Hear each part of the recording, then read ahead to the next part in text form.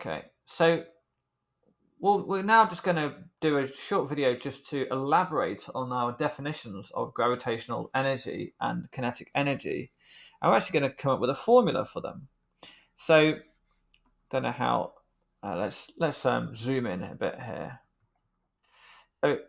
So far we said that gravitational energy is the higher something is, the more gravitational energy it has. So clearly, so gravitational energy, I'm just going to call it Eg. It's going to have the height in it, isn't it? It's going to have height in it somewhere. Okay. In fact, the higher the height, the more gravitational energy. So if I calculated to calculate gravitational energy, I'm going to have to use height in it somewhere. Also, mass is going to be involved as well, and so does gravitational field. Now, the strength of the gravitational field has got a little g in it. That's sorry, I just had little g in it. The symbol for gravitational field is little g. The gravitational field strength, that is.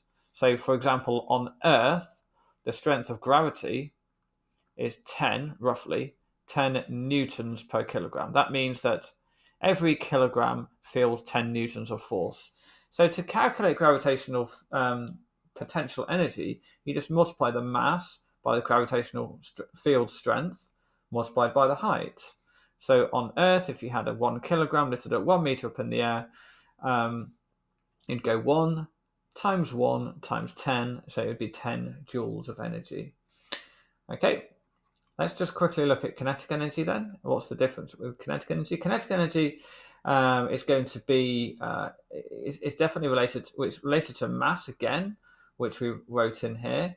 It's also related to the speed, and the speed has actually got a V as a symbol. And the reason for that is because we use the word velocity. But velocity and speed are not exactly the same thing, but nearly the same thing.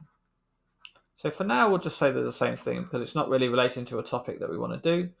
Now, the other thing is that velocity or speed has a double effect on the kinetic energy, because it's not just so if I doubled velocity, it wouldn't double the energy; it would quadruple the energy, and that's because it's velocity squared.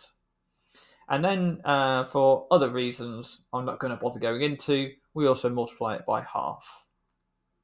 Okay, so to calculate kinetic energy, you do half multiply. So half, by the way, people get confused by this all the time.